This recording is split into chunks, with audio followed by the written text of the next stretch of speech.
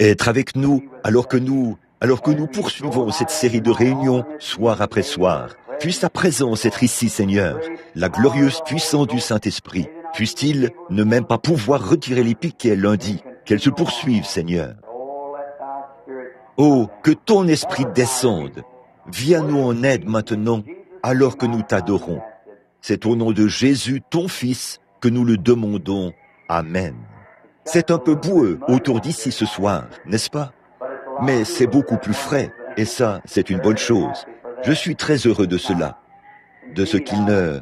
En effet, je me rends compte que je dois raccourcir de quelques jours mon séjour à une série de réunions.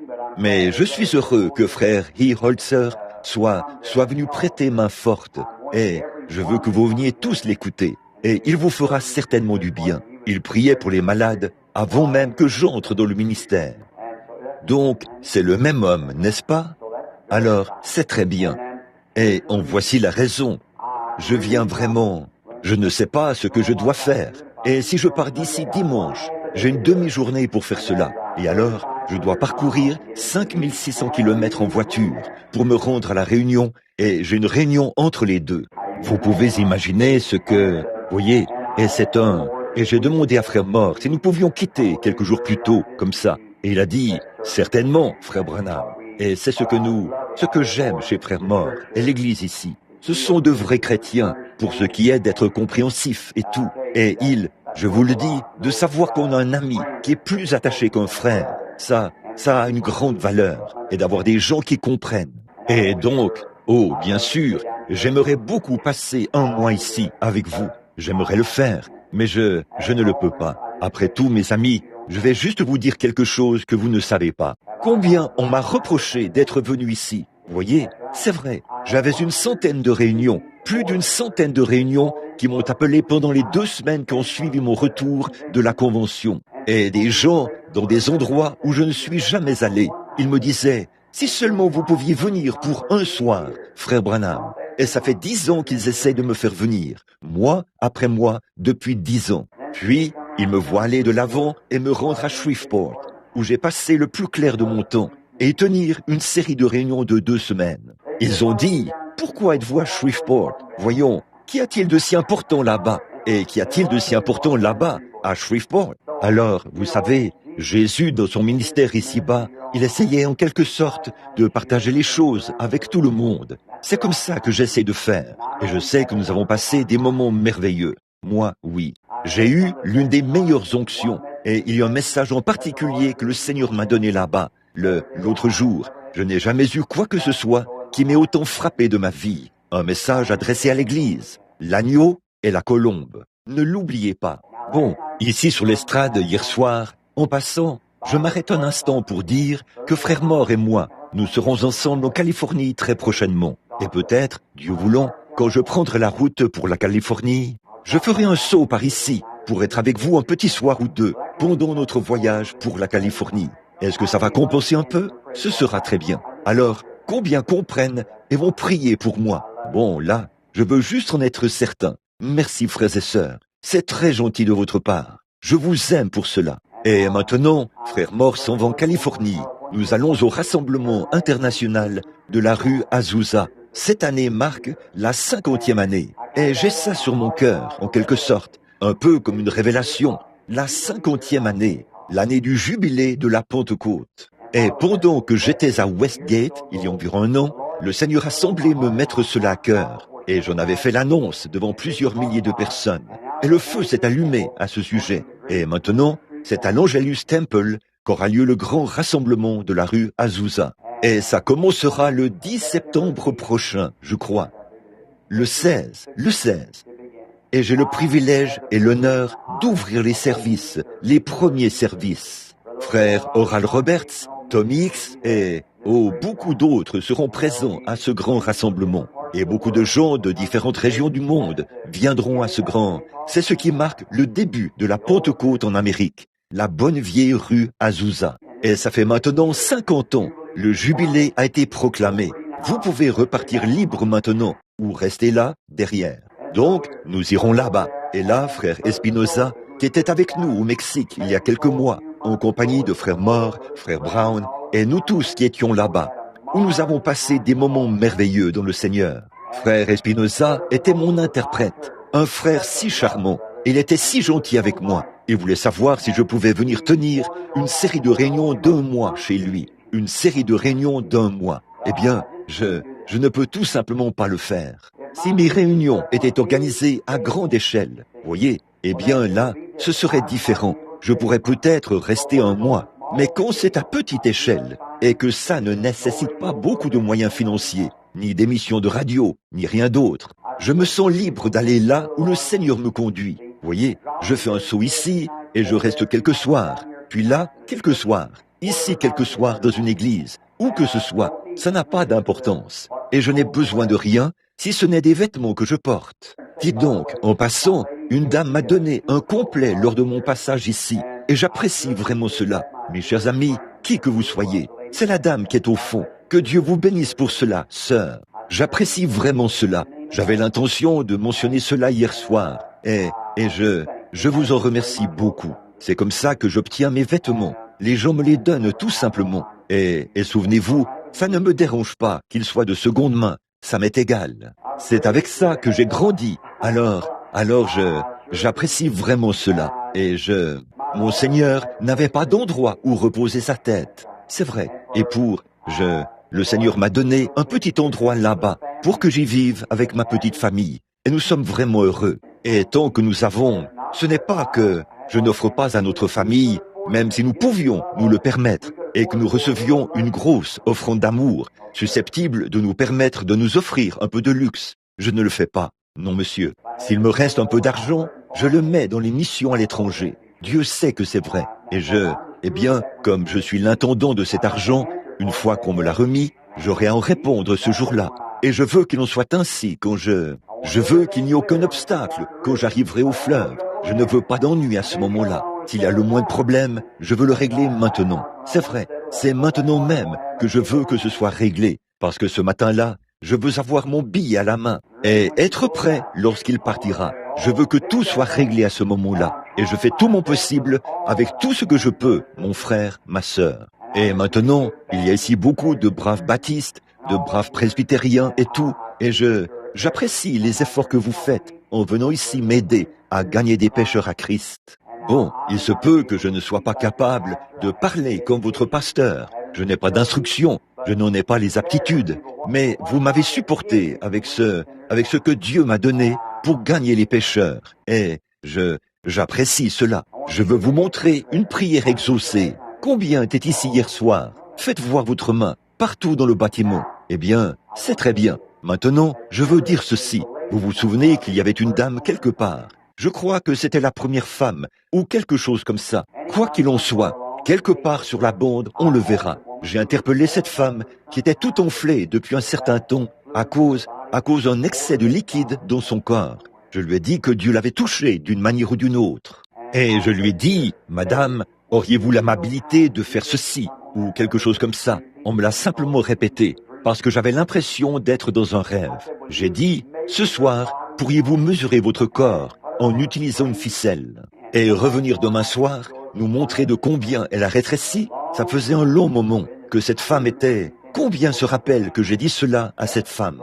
Eh bien, elle a apporté la ficelle. La voici. Et elle a rétréci d'un peu plus de 3,5 cm pendant la nuit. Depuis, eh bien, ça fait maintenant environ 18 heures. Loué soit l'Éternel.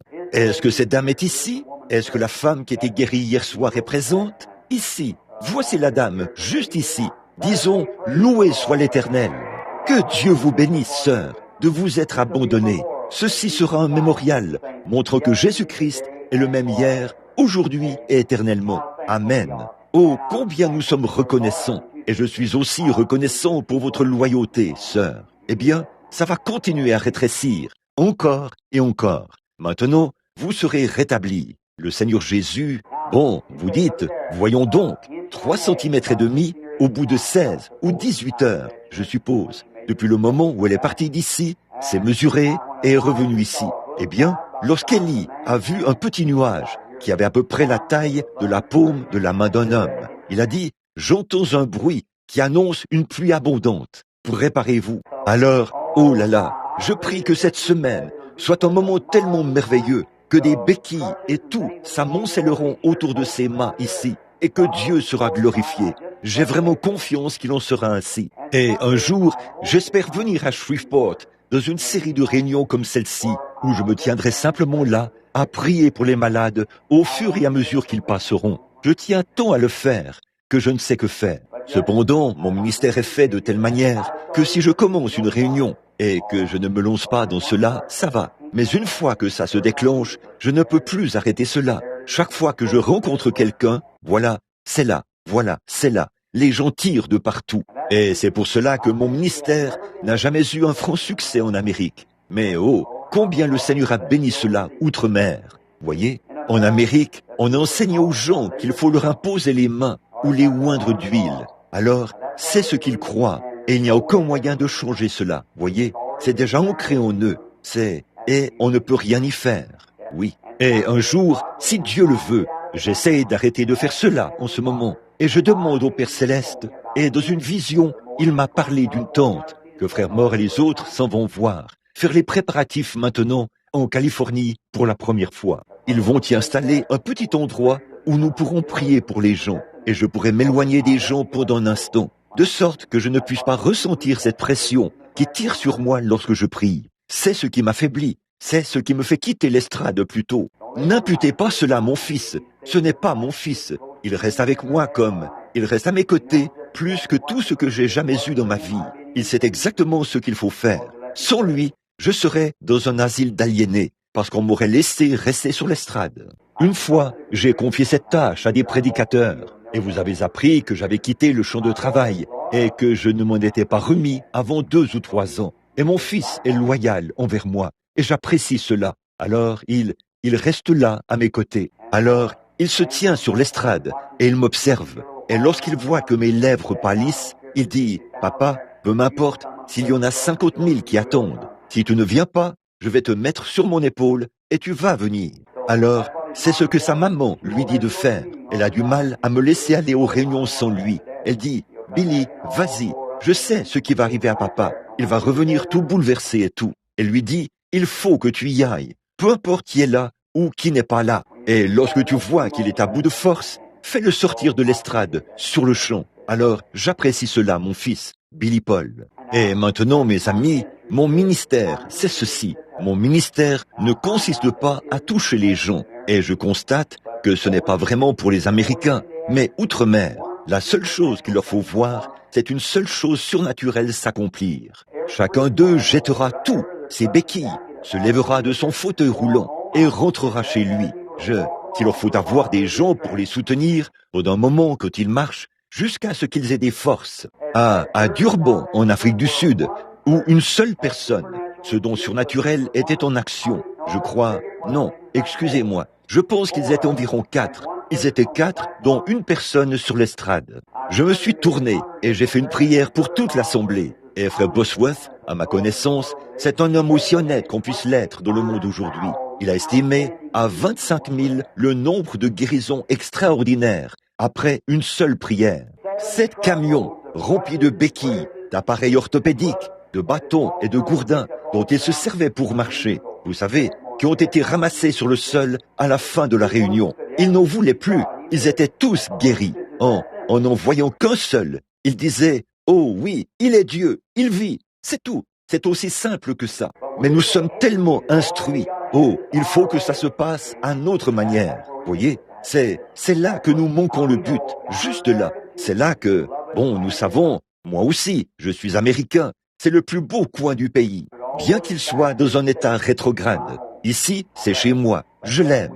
Mais pourtant, nous sommes le pays qui a le plus besoin de missionnaires, plus que tout autre pays du monde que je connaisse. c'est vrai, c'est ici qu'on a le plus besoin de missionnaires. Un seul acte surnaturel. Et tous ces païens qui étaient là, qui ne savent même pas distinguer leur droite de leur gauche, complètement nus, sans le moindre vêtement, qui sont là à regarder. Ils regardent simplement. Ils ont de la boue dans les cheveux. Et si vous agissez simplement, comme si vous les aimez, ils se mettent à pleurer. Puis, ils voient ce surnaturel se déployer là et appeler ce païen par son nom et lui dire ce qui ne va pas chez lui comme ça. Oh, c'est tout ce qu'il leur faut. C'est juste, c'est suffisant. Si vous dites, il est ici, ça me va. Alors, ils déposent cela et s'en vont. C'est aussi simple que ça. Mais quand nous sommes sur le point de déposer les nôtres, nous nous disons, oh là, je m'interroge. Je vais tenter ma chance pour voir si ça va marcher ou pas. Eh bien, ça ne marchera pas. C'est tout. Ça, vous l'avez manqué à ce moment-là. Et alors, si Dieu me vient en aide en Amérique, à partir de maintenant, d'ici peu, nous serons dans la grande tente. Je vais juste prier pour les malades et aller de l'avant pendant que je suis en Amérique. Et là, je ferai certaines choses ainsi, exactement comme le Seigneur me conduira à le faire. Et je réserverai ceci pour outre-mer, parce que là-bas, ça gagne des centaines de milliers d'âmes, voyez-vous. Mais ici, ça ne sert pas à grand-chose. Bon, maintenant, je vais lire un passage dans la parole. Nous allons l'aborder directement en nous attendant à ce que ce soir, Dieu nous donne d'avoir l'un des services les plus glorieux que nous ayons jamais eus, voyez. Et j'ai confiance que demain soir, lorsque le frère s'avancera sur l'estrade, le Saint-Esprit balayera ce bâtiment et tous les malades qui sont sous la tente seront guéris. Et ceux qui sont à l'extérieur, dans les voitures, le seront aussi. Maintenant, combien l'aiment de tout leur cœur, de toute leur âme, de toute leur pensée. Amen. C'est merveilleux. Bon, soyez prêts et soyez en prière maintenant, alors que nous lisons un passage dans cette vieille Bible bénie. Dans le livre des rois, nous lisons ceci. Et il dit, ouvre la fenêtre à l'Orient. Et il l'ouvrit. Élisée dit, tire. Et il tira. Élisée dit, ceci, c'est une flèche de délivrance de la part de l'Éternel. Puisse-t-il ajouter ses bénédictions à la lecture de la parole. La flèche de délivrance de la part de Dieu tirée d'un arc. Bon, vous savez, peu importe combien cela peut sembler mystérieux, Dieu tient toujours sa parole. Peu importe combien cela peut sembler déraisonnable aux yeux des gens, Dieu tient sa parole. Et si Dieu fait une promesse au sujet de quoi que ce soit, Dieu tiendra cette promesse. Vous et moi, nous faisons une promesse. Nous y manquons, pas parce que nous avons l'intention de ne pas la tenir, mais parfois, ce sont les circonstances qui nous amènent à ne pas la tenir. Mais quand Dieu, comme il est infini, alors il connaît tout l'avenir depuis le commencement. Et il ne fait pas de promesses à moins qu'il sache ce qui va arriver. Et il tient toujours sa promesse. Parfois, il semble que c'est ridicule, la manière dont il procède pour pouvoir tenir sa promesse. Mais Dieu la tient toujours. Comme les gens trouvaient probablement cela étrange du temps de Noé, lorsqu'il construisait une arche pour sauver sa famille et lui-même, que de la pluie tomberait du ciel. Mais Dieu a quand même fait venir la pluie. Et je pense à Moïse, au fait que Moïse se tenait là-haut sur la montagne, près de ce buisson ardent, alors qu'il avait perdu tout espoir de liberté. Il ne semblait pas que la liberté de ces gens, qu'il avait si vaillamment défendue autrefois, allait jamais se produire. Mais en présence de la lumière de Dieu, alors qu'il se tenait près de ce buisson ardent, tout en lui a changé. Je pense qu'il en est de même aujourd'hui, que beaucoup d'entre nous perdent de vue la liberté. Je pense qu'ici, voici un petit garçon assis là, devant moi. Il est probablement atteint de paralysie infantile. Ses petits bras sont déformés. Je vois assise ici devant moi une dame qui a une canne blanche. Elle est probablement aveugle. Une charmante jeune femme est couchée ici, sur un petit lit de camp. Et il se peut que beaucoup d'entre vous là-bas souffrent d'un cancer, de problèmes cardiaques et de maladies susceptibles de vous tuer. Mais vous perdez toute idée de liberté dès que le médecin déclare que c'est incurable. Eh bien, frères, si jamais nous entrions dans la présence de Dieu, comme l'a fait Moïse, eh bien, c'était pour lui une révolution. Eh bien, ça provoquerait une révolution. quand, étant en présence de la lumière de cet ange de Dieu là, sur cette montagne ce jour-là, tout ce qu'il croyait impossible autrefois est devenu une réalité.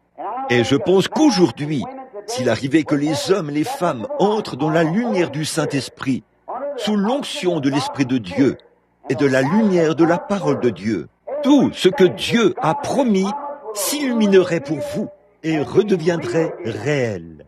Eh bien, ceux qui avaient fait échouer Moïse au départ, en voici la raison. C'était le fait qu'il lui manquait ce que le buisson ardent avait. C'est vrai, et c'est ça notre échec aujourd'hui. Il nous manque ce que le Saint-Esprit a.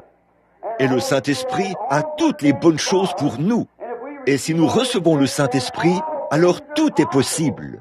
Et non seulement tout est possible, mais cela nous a été promis. Jésus a dit, « Tout ce que vous demanderez au Père en mon nom, je le ferai. Si vous demeurez en moi et que ma parole est en vous, demandez ce que vous voudrez, cela vous sera accordé. » Voyez ? Quand nous entrons dans la lumière de la parole de Dieu, avec l'onction du Saint-Esprit, pour faire briller la lumière sur elle, frère, l'impossible devient alors de petites choses.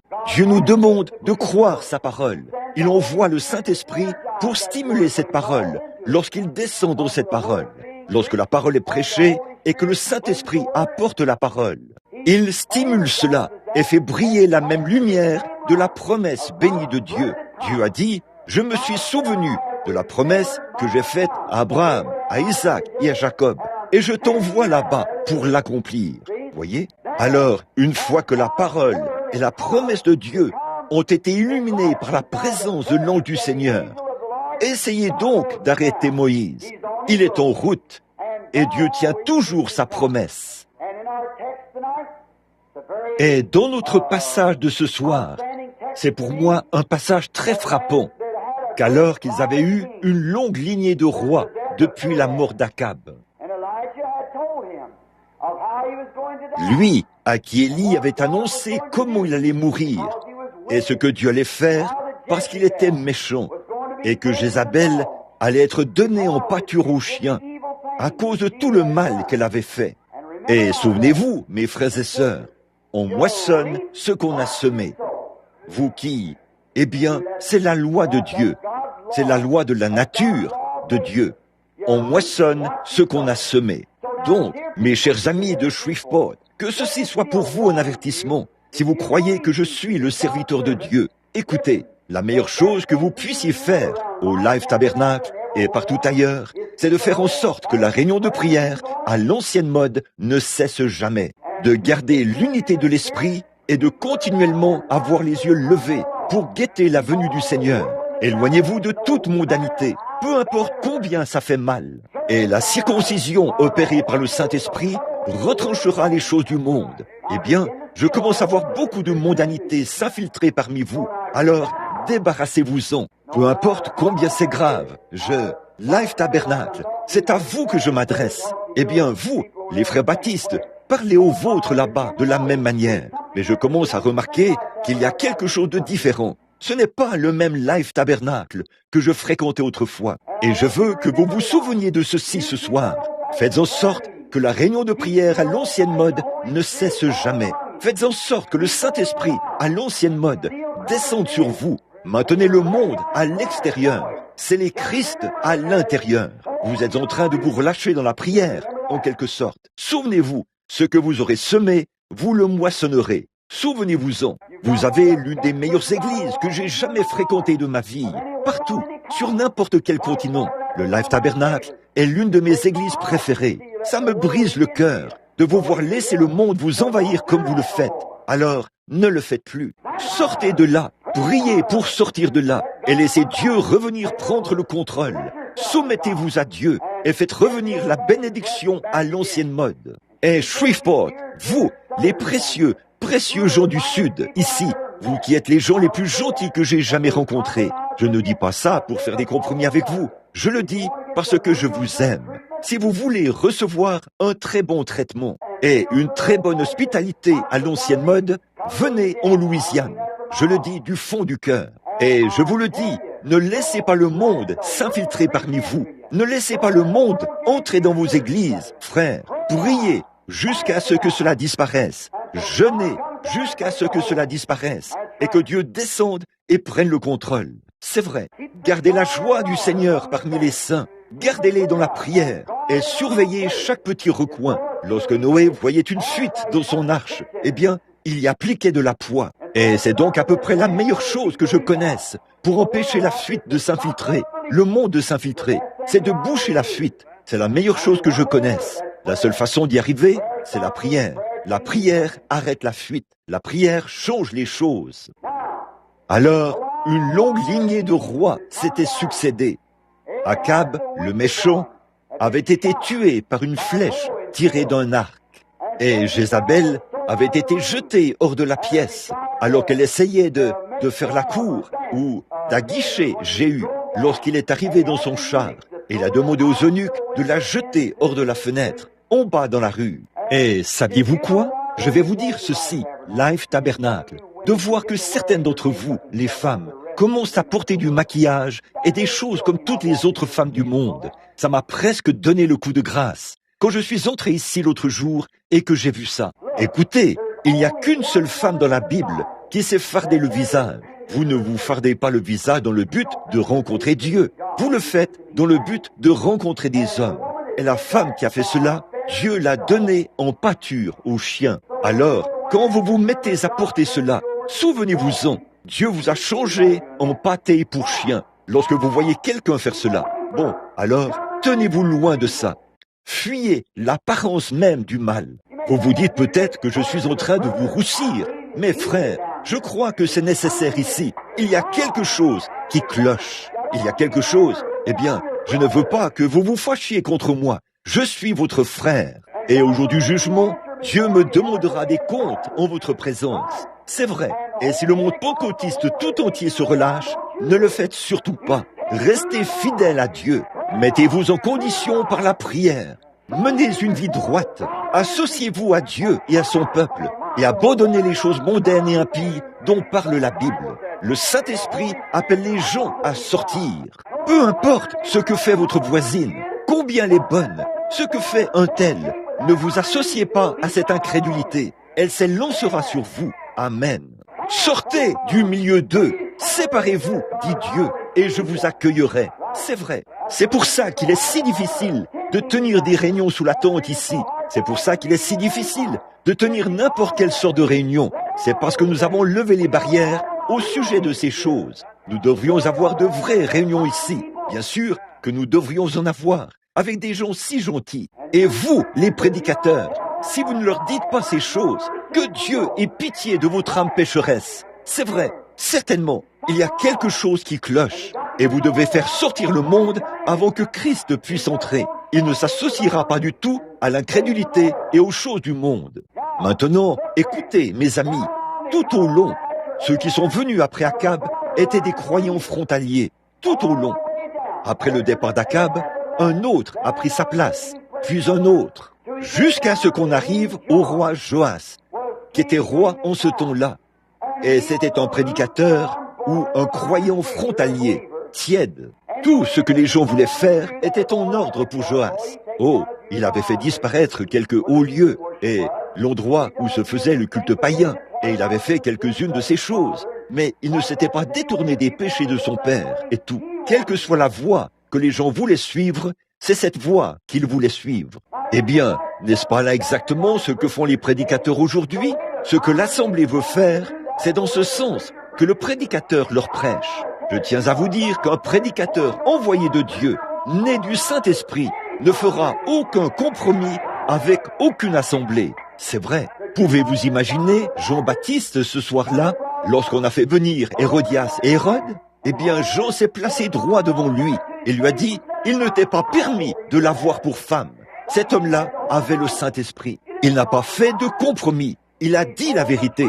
Et qu'en est-il maintenant? C'est partout. Qu'en sera-t-il au jour du jugement, lorsque la tête de Jean-Baptiste roulera devant Hérodias? Qu'en sera-t-il à ce moment-là?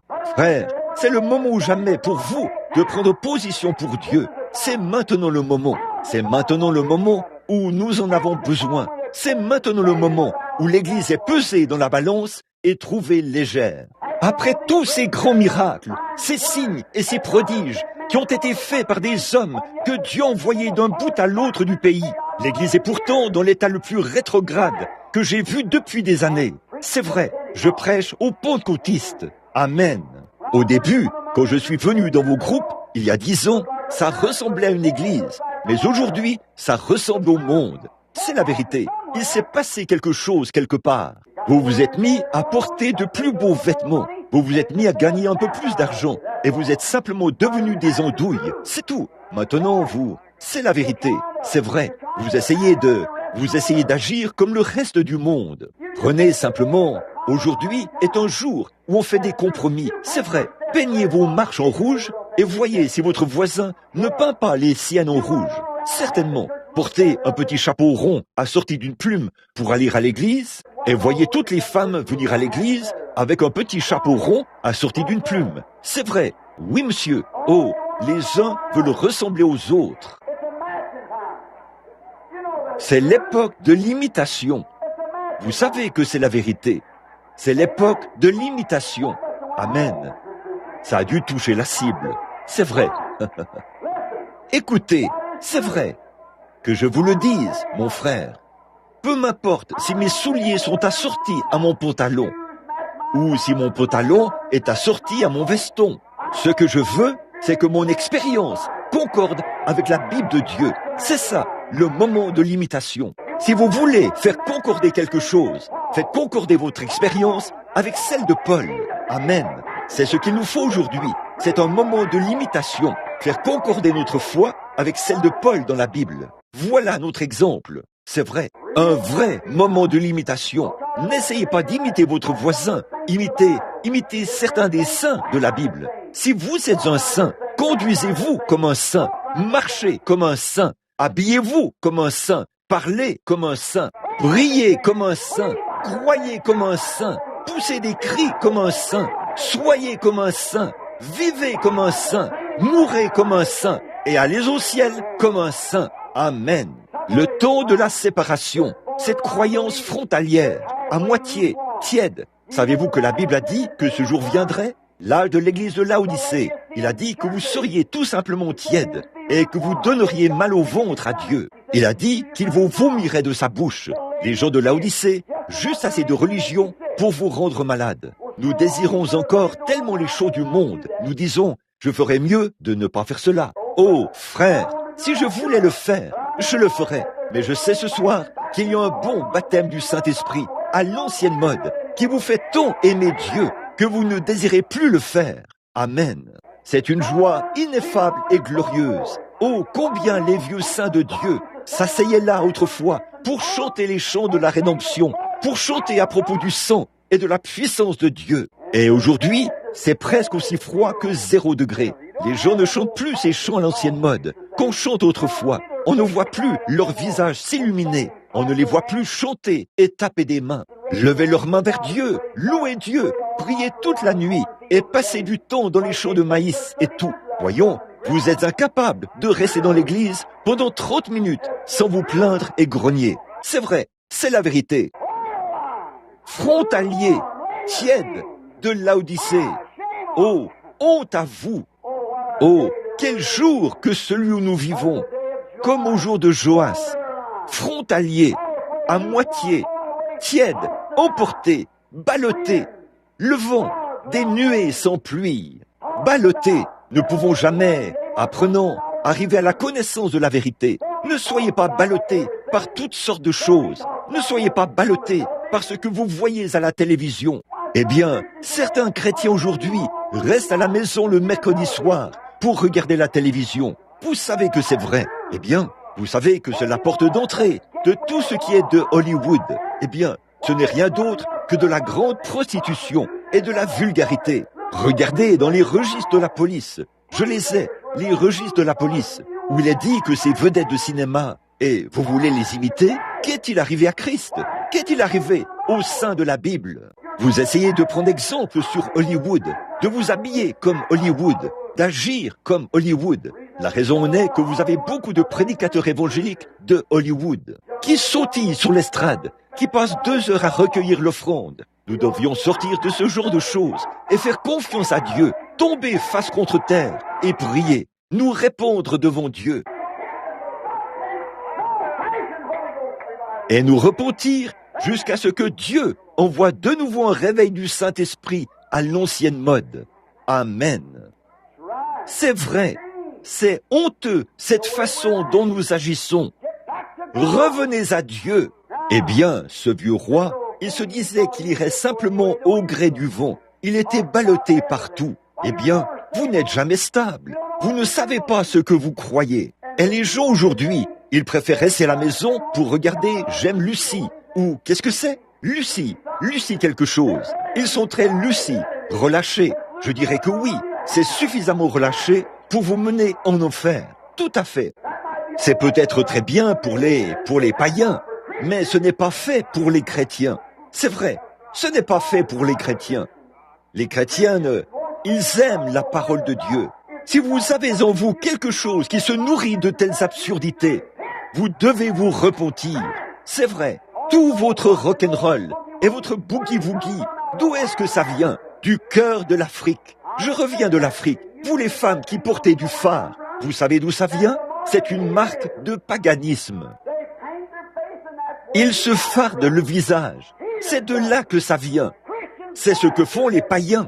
Les chrétiens se lavent le visage. Amen. C'est vrai. Ça va peut-être vous roussir un peu, frère. Il serait mieux pour vous de roussir ici plutôt que de brûler ailleurs. Alors, vous feriez mieux de vous mettre en règle. Amen.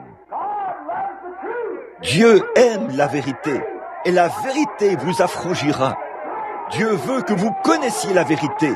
Christ est la vérité. Le Saint-Esprit ne sera pas vaincu. Il est ici maintenant. Le Saint-Esprit, il veut que vous l'acceptiez avec puissance, que vous preniez en considération sa parole. Et si le Saint-Esprit est en vous, il se nourrit de la parole de Dieu, et non pas de la télévision, ni des magazines True Story, des romans d'amour, par lesquels vous qui prétendez être chrétiens êtes absorbés. Pourquoi vos enfants? Écoutez un peu.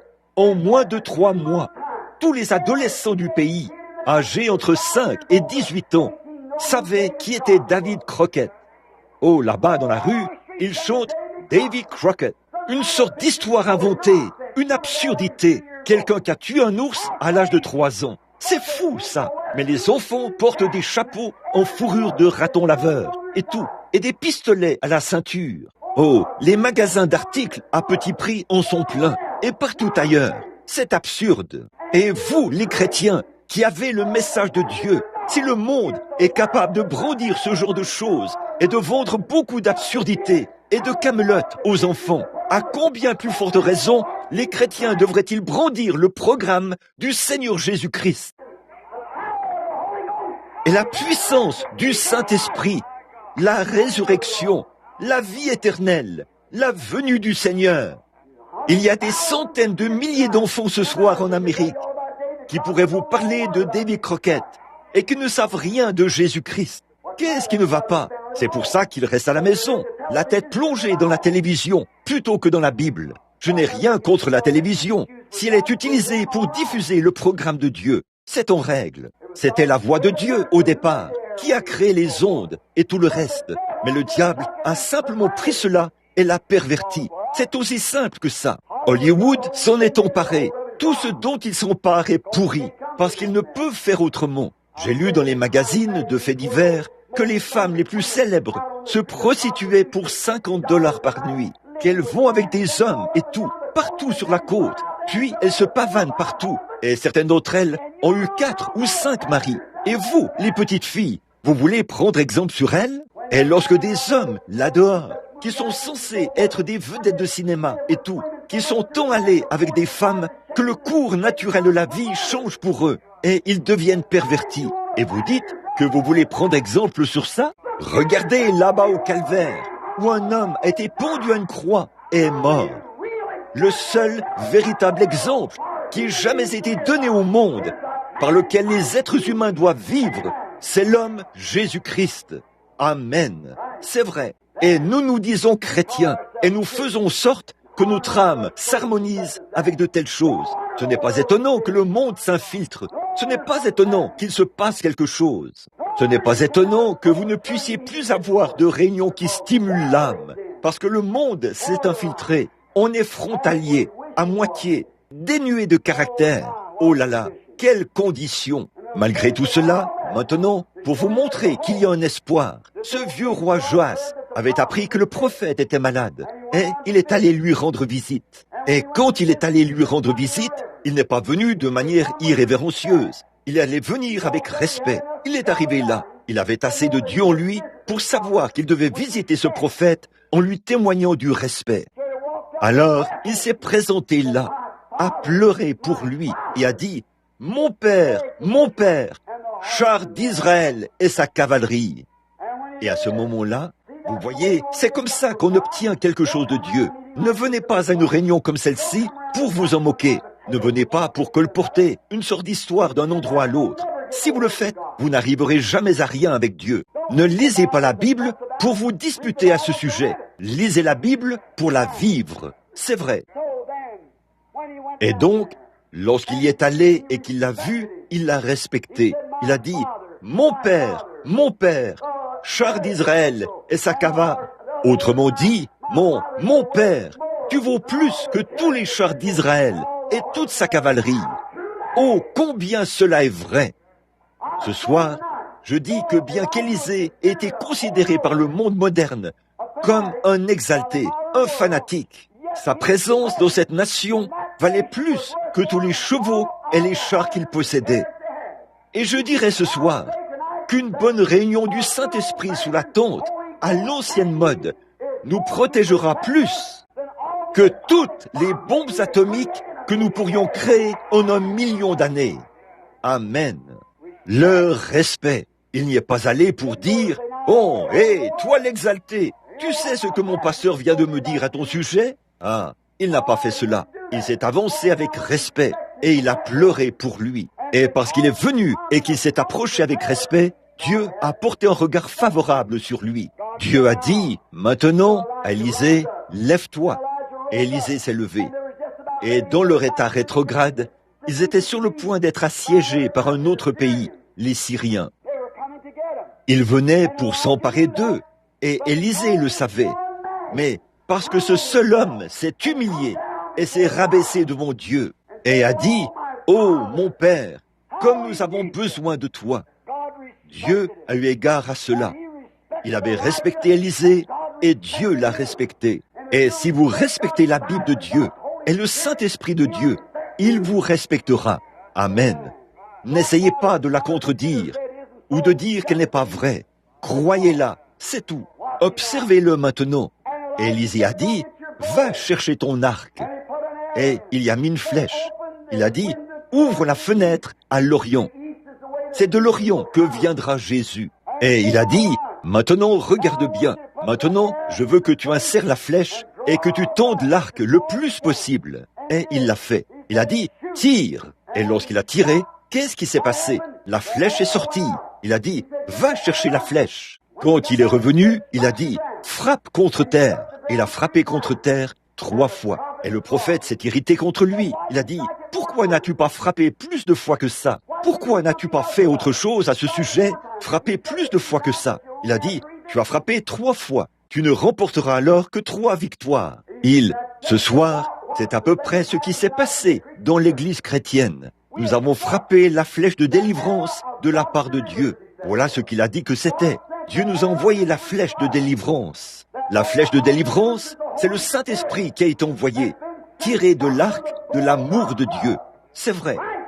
Quand l'éternité et l'éternité ont été réunies par la corde de l'amour, Dieu a tiré la flèche de délivrance dans l'église, le jour de la Pentecôte. Amen. Et il était remis entre les mains de l'église. Alléluia. Il a été remis entre les mains de l'église la flèche de délivrance de la part de Dieu. Amen. Le Saint-Esprit délivrera l'église de tout genre de chaos dans lequel elle pourrait se retrouver. Mais qu'a-t-elle fait de cela? Ils ont pris la flèche et ont frappé 3 fois. Ça, c'est un roi rétrograde. Ils ont frappé avec la flèche 1 fois. Bon, nous allons construire une église. C'est bien. Nous allons enseigner la théologie. C'est bien. Nous allons enseigner la psychologie et avoir une organisation. C'est à peu près tous les efforts que vous avez déployés pour frapper. Ils n'ont pas assez frappé et ont manqué beaucoup de bénédictions. Et l'Église ce soir, écoutez-moi, l'Église ce soir ne frappe toujours pas assez. L'Église n'a pas assez frappé pour recevoir le baptême du Saint-Esprit. Elle n'a pas assez frappé pour avoir la délivrance du péché. Elle n'a pas assez frappé. Oh, dites-vous, je suis membre de l'Église. Frère, quand vous avez ce baptême du Saint-Esprit, ça vous enlève ce vieux tempérament colérique. Ça vous revêt d'une robe et vous fait agir comme une dame. Ça vous fait arrêter de fumer, de boire, de mentir, de voler et tout. Frère, quand vous avez le baptême du Saint-Esprit, ça vous sépare. Ça vous délivre des choses du monde. Amen. Ça vous fait aimer Dieu. Ça vous fait aller à l'église. Ça vous fait l'adorer. Ça vous fait en parler à votre prochain. Ça vous fait vivre au-dessus du péché. Alléluia. Mais l'église moderne n'a pas assez frappé pour avoir ces choses. Oh, ils ont simplement frappé. Ils ont dit, nous avons une église. Nous avons un bon enseignant. Nous avons de la théologie. C'est à peu près tout ce que vous en savez. Chaque promesse du livre m'appartient. Chaque chapitre, chaque verset, chaque ligne. Alléluia. Dieu a envoyé le baptême du Saint-Esprit. Il a mis cela entre les mains de l'Église. La flèche de délivrance de la part de Dieu pour délivrer de la maladie, du péché, des soucis, des ennuis, de la mondanité, de tout le reste. Mais nous n'avons pas assez frappé pour avoir ces choses. Amen. Ce n'était pas le cas de ce premier groupe de Juifs. Ils ont frappé pour obtenir tout ce que Dieu avait en réserve pour eux. Ils avaient toutes sortes de signes, de prodiges, de miracles, différents dons du Saint-Esprit. Tout, ils les avaient. Mais nous ne frappons pas assez pour avoir ces choses. Le baptême du Saint-Esprit, dans ces derniers jours, est venu chez les gens des nations, dans les pays occidentaux. Dieu a tiré la flèche de délivrance dans notre direction. Et nous avons frappé avec cela juste assez longtemps pour que nous soyons, oh, je suis des assemblées, alléluia. Je suis membre de l'Église de Dieu, gloire à Dieu, alléluia. Ça ne vous avance absolument à rien. C'est vrai. Frère, Dieu n'a pas dit de se servir d'une organisation pour frapper. Il était donné à chaque individu de frapper contre les puissants du diable. La maladie, le péché, la souillure, la médisance, les querelles, oh là là, la mondanité. Amen. Mais nous ne frappons pas assez. Oh, nous allons à l'église, nous adhérons à l'église, et nous pensons que ça va aller. Ça ne va pas aller. Frère, ne manquez rien des bénédictions de Dieu, parce que vous n'avez pas assez frappé. La Bible dit, Jésus-Christ est le même, hier, aujourd'hui et éternellement. Frappez pour cela. Amen. N'ayez pas peur. C'est Dieu qui l'a dit. Je suis l'Éternel qui te guérit. Frappez pour cela. Dieu l'a dit. C'est la flèche de délivrance. Elle est à portée dans l'église ce soir. Nous parlons d'un Dieu historique. C'est ça le problème ce soir. On enseigne à l'église que c'est quelque chose d'historique. Non pas que c'est quelque chose qui s'applique à aujourd'hui. À quoi sert le Dieu d'Élie s'il n'est pas le même Dieu ce soir? À quoi sert un Dieu de Moïse qui a délivré les enfants hébreux de l'Égypte? À quoi sert ce Dieu de l'histoire s'il n'est pas le même Dieu ce soir? À quoi sert un Dieu qui a marché sur les rives de la Galilée autrefois, qui a ouvert les yeux des aveugles, qui a fait parler et entendre les sourds et les muets, qui a guéri les malades, les lépreux, ressuscité les morts? S'il n'est pas le même Dieu ce soir, à quoi sert-il? Alléluia, amen. À quoi sert-il? À quoi cela sert-il de donner à vos garçons une instruction qui porte sur un grand toute l'histoire, de leur apprendre toute la théologie, de leur enseigner la Bible, puis, si vous faites demi-tour et que vous dites à ce même groupe d'hommes que les jours des miracles sont passés et des choses de ce genre, à quoi cela sert-il de connaître l'histoire?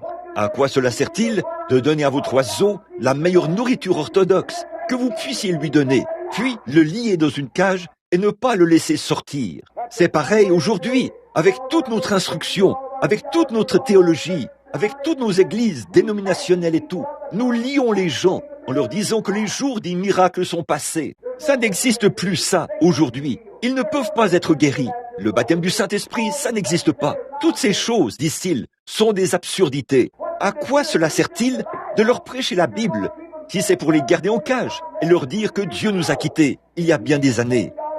S'il n'est pas le même Dieu de la délivrance autrefois, aujourd'hui, comme il l'était autrefois, il ne vaut rien pour nous. Il est un personnage mort.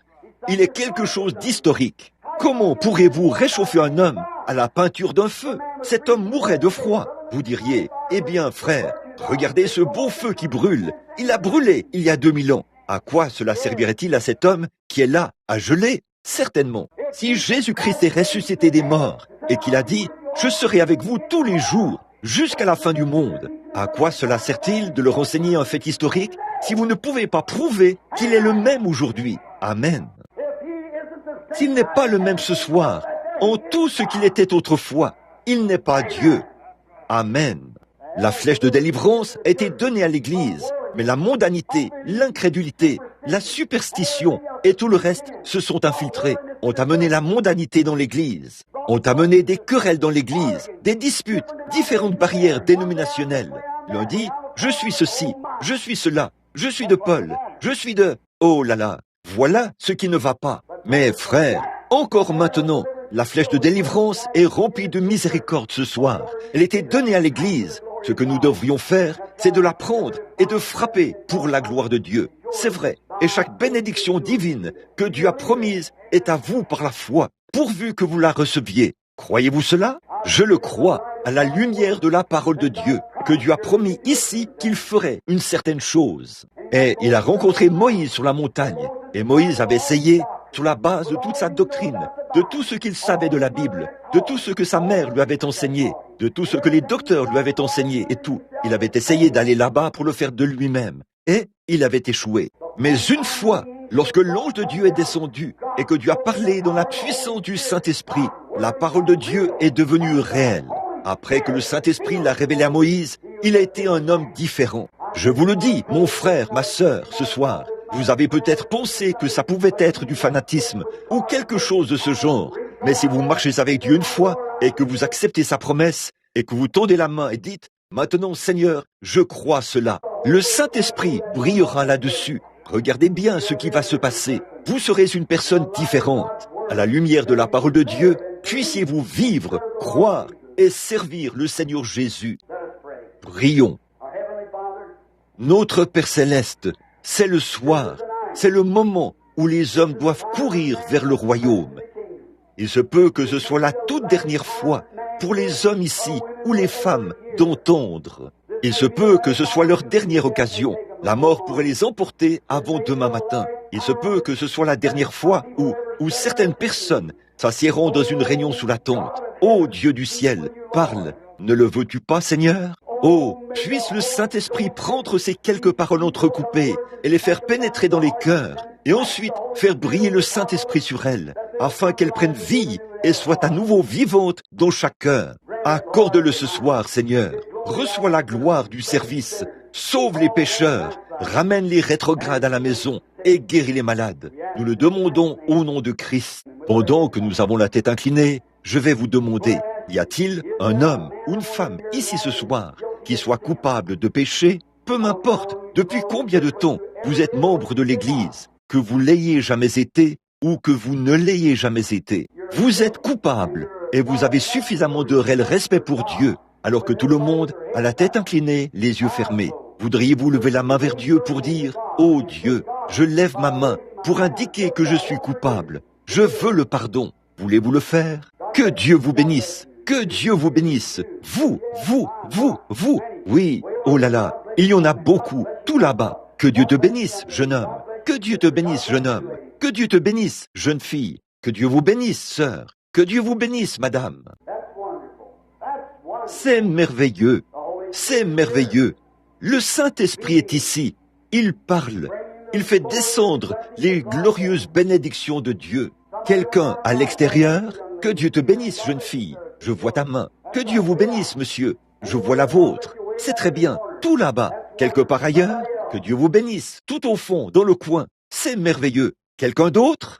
Frère Branham, je sais une chose. Nous devons regarder les choses en face. Nous devons savoir ceci. Il se peut que ce soit un peu rude et que ce soit dit sans ménagement. Mais frère, nous vivons dans la dernière heure. Nous devons arrêter de prendre des gants pour manipuler l'Évangile. Faites-moi une petite faveur pour que j'adhère à l'Église. Jésus a dit, si un homme ne naît de nouveau, il ne peut même pas voir le royaume des cieux. Une personne née de nouveau est un saint enfant de Dieu. Si vous n'êtes pas dans cet état-là ce soir, seriez-vous assez honnête avec Dieu pour lever la main? Quelqu'un qui ne l'a pas levé? 20 personnes ou plus ont levé la main. Est-ce que quelqu'un d'autre qui n'a pas levé? Que Dieu vous bénisse, monsieur. Que Dieu te bénisse, jeune homme. Que Dieu vous bénisse, là au fond, frère. Oui, monsieur, c'est très bien. Que Dieu vous bénisse, là-bas, mademoiselle. Je vous vois, et Dieu aussi, certainement. Je sais qu'il vous voit. Il connaît même chaque moineau. Vous dites, frère Branham, je suis coupable du péché contre lequel vous avez prêché ce soir. Je suis coupable de rester à la maison pour regarder la télévision au lieu d'être à l'église. Je suis coupable de lire des magazines immoraux. Je suis coupable d'avoir regardé des images vulgaires. Je suis coupable d'avoir regardé des femmes habillées de façon immorale dans la rue. Je suis coupable de toutes ces choses, alors que j'aurais dû détourner la tête, étant un homme chrétien ou une femme chrétienne. Êtes-vous coupable? Alors répondez devant Dieu en levant la main pour dire « Je suis coupable ». Que Dieu vous bénisse, que Dieu vous bénisse, que Dieu vous bénisse. Ça, ce sont des cœurs honnêtes. Ça, ce sont des cœurs honnêtes. Certainement, Dieu va honorer cela. 10 ou 15 autres mains se sont levées. Oui, monsieur, coupable. Je vais prier et demander à Dieu. Vous aussi priez et demandez à Dieu qu'il ôte toute trace de culpabilité ce soir. Notre Père Céleste, ô Dieu, Seigneur bien-aimé, ce soir, j'ai essayé d'exprimer ces choses de tout mon cœur. Je vois les sables mouvants. Je vois Satan tendre ce piège ici, à ces charmantes personnes. Ô Dieu, s'il te plaît, d'une manière ou d'une autre, injecte l'amour dans leur cœur, pour qu'ils sachent que je les aime, et que j'essaye de tout mon cœur de leur dire ce qui est la vérité et ce qui est juste. Et beaucoup de gens, oui, des douzaines de gens ont levé la main ce soir pour signifier qu'ils sont coupables. Ô Dieu Tout-Puissant, rejetterais-tu une âme repentante?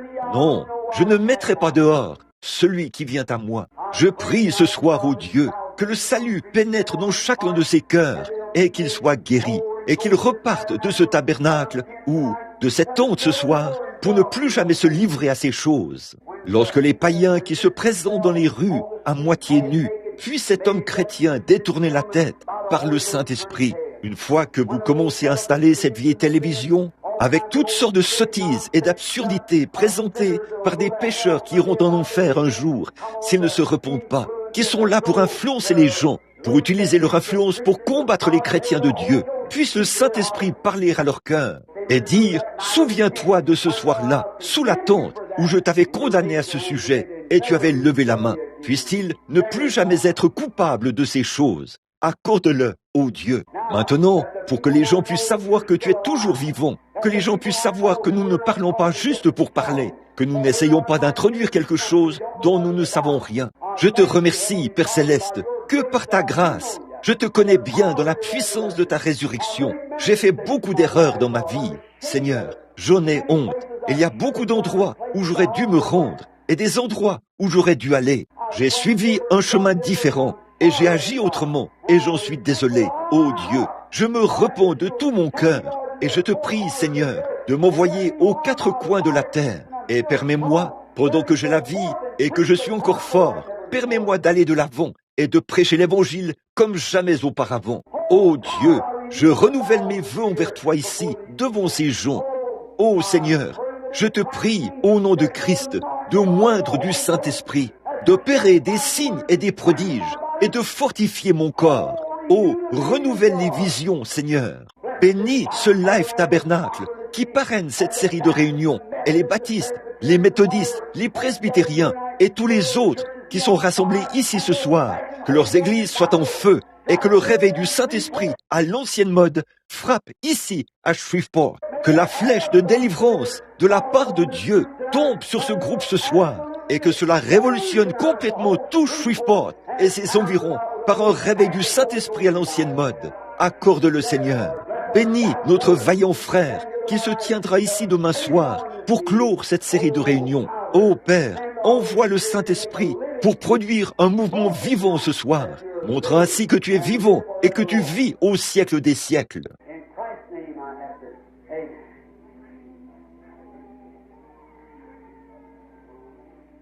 C'est au nom de Christ que je le demande. Amen. Hallelujah. Alléluia. We find many people who can't understand why we are so happy and free. Across the whole garden became their land, and this like heaven to me. Oh, like heaven to me, Daddy. Oh, like heaven to me.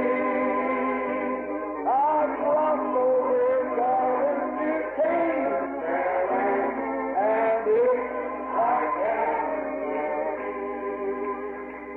Oh, when we are happy, we sing and we shout. Some don't understand it, I mean. But we're filled with the Spirit, there isn't a doubt. And that's what's the matter with me. Oh, that's what's the matter with me. Praise the Lord. Oh, that's what's the matter with me. I've been filled with the Spirit, there isn't a doubt. And that's what's the matter with me. Oh, vous l'aimez, n'est-ce pas? Pendant que nous chantons cela de nouveau, serrez la main à quelqu'un près de vous, méthodiste et baptiste. Vous savez, cette religion à l'ancienne mode amènera une robe de soie et une robe de calicot à se donner l'accolade. Et à s'appeler mutuellement sœurs. Ça amènera un smoking et une salopette à s'appeler mutuellement frères. Tournez-vous et serrez la main à quelqu'un.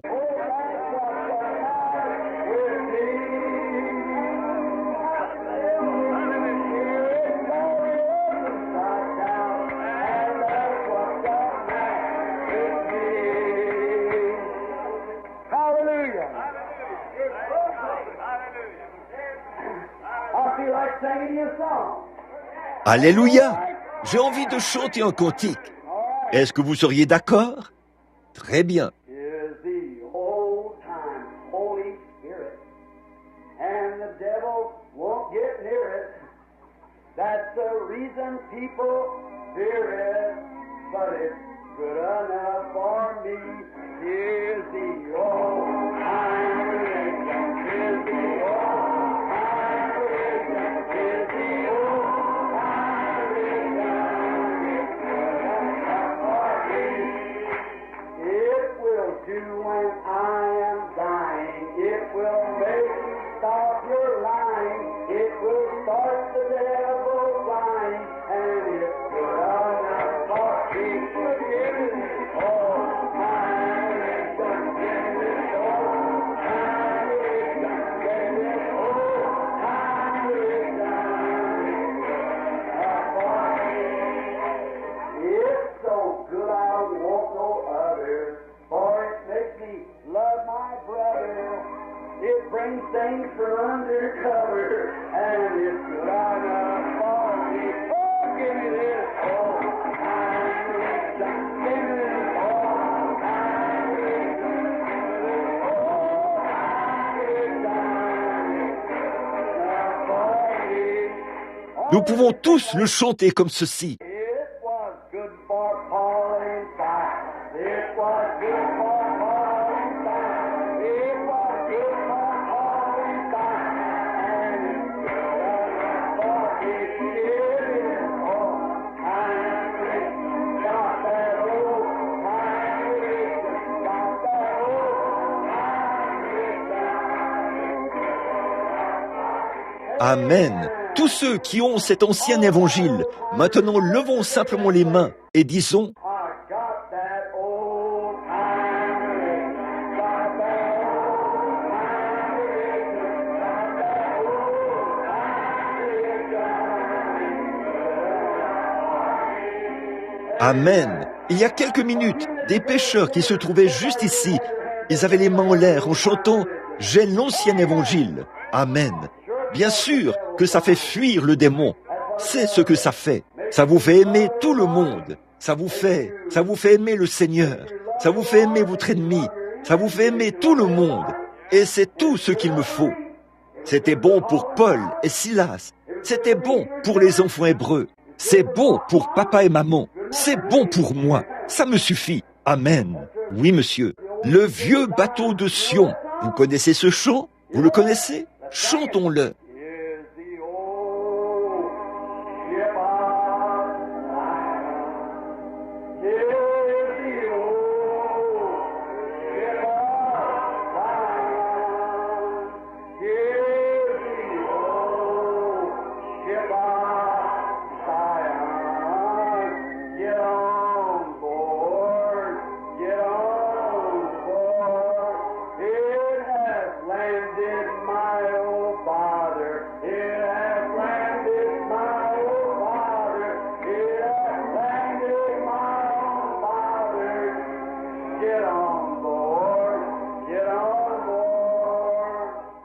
Oh, j'aime ces chants à l'ancienne mode. Je suis tout simplement vieux jeu et j'ai grandi avec du pain de maïs et des haricots à œufs noirs. J'avais l'habitude de tremper dans la bouilloire. Maman faisait une tarte et nous prenions la louche et la trempions dans le glaçage.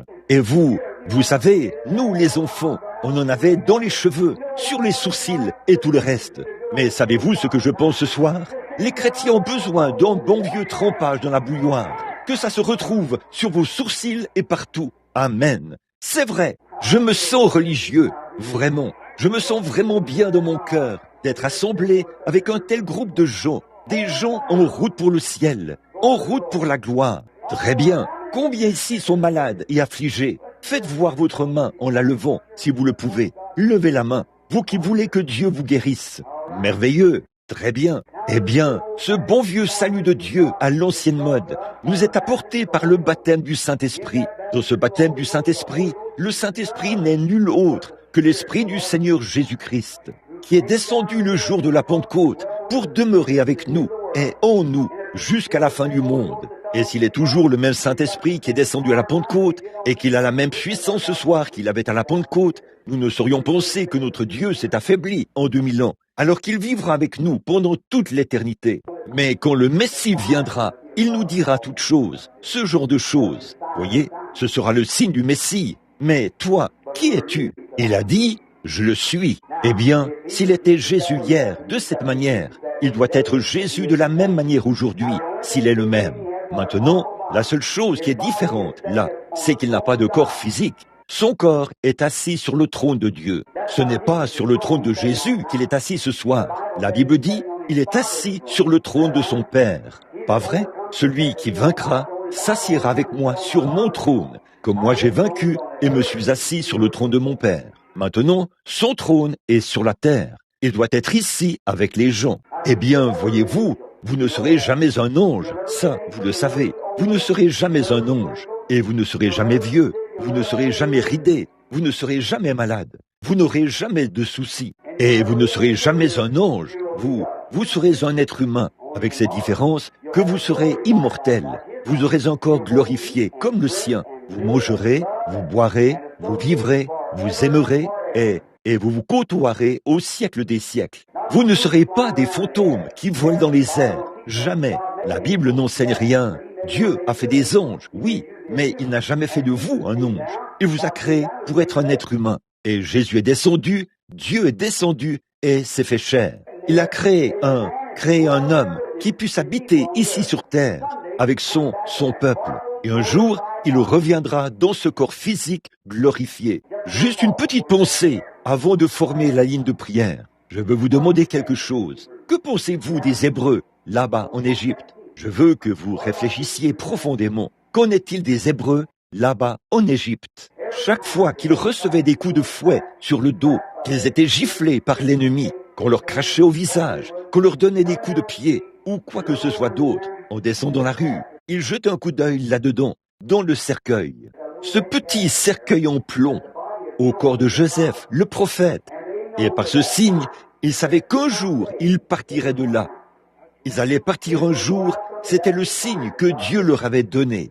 Joseph avait dit, ne le Seigneur viendra à vous. Il vous visitera. Mais n'enterrez pas mes os ici. Mais un jour, quand vous partirez d'ici, emportez mes os avec vous. Chaque fois, un Hébreu, peu importe les ennuis qu'il avait, il pouvait regarder ses os et se rappeler qu'il y avait une promesse selon laquelle il irait au pays promis un de ces jours. Et ce soir, je pense à sa gloire. Après que nous avons ici une tombe ouverte. Nous allons au cimetière. Les cendres retournent aux cendres et la poussière à la poussière pour nos bien-aimés. Et nous répandons les mottes de terre. Je l'ai fait pour ma femme, mon bébé, mon père, mon frère. Je sais ce que cela signifie. Et je suis de tout cœur avec vous lorsqu'on répond cela. Les cendres retournent aux cendres et la poussière à la poussière. Je serai de tout cœur avec cela. Mais alors, le matin de Pâques, je peux y porter une fleur et la mettre dessus. Regardez bien au-delà de cette tombe et savoir que là-bas, quelque part, ils sont dans la présence de Dieu. Celui qui écoute ma parole et qui croit à celui qui m'a envoyé à la vie éternelle. Il ne viendra jamais en jugement, mais il est passé de la mort à la vie. Quand je pense à ça, je me dis, oh, Hope, ma femme qui est partie. Oh, Sherry, mon bébé chéri qui est parti. Papa, Édouard, Charles, mon frère, vous êtes partis.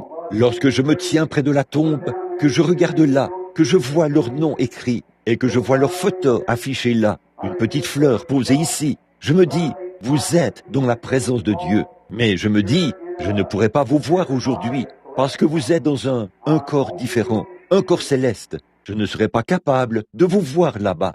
Mais chaque fois qu'il s'écrie, Seigneur, jusque à quand, ces âmes qui sont sous l'autel, ils regardent et voient assis là-bas à l'autel, assis là-bas sur le trône, ce corps physique qui est assis là-bas. Amen. Maintenant, nous voyons une tombe vide et Jésus a promis qu'il sortirait de la tombe. Ils sont encore un signe là-bas. Dieu donne un signe. Dieu donne des signes partout. Savez-vous cela? Là où il y a Dieu, il y a des signes. Les signes, voici les signes qui accompagneront ceux qui auront cru, dit la Bible. C'est vrai, des signes partout. Il y a des signes partout. Nous ne devrions pas les rechercher, mais Dieu les donne. C'est sa grâce. Il les donne. Quand nous nous mettons à les rechercher, alors c'est mal. Mais quand il les donne simplement par sa grâce, c'est merveilleux. Et il y a ici un signe qui indique qu'un jour, nous partirons d'ici.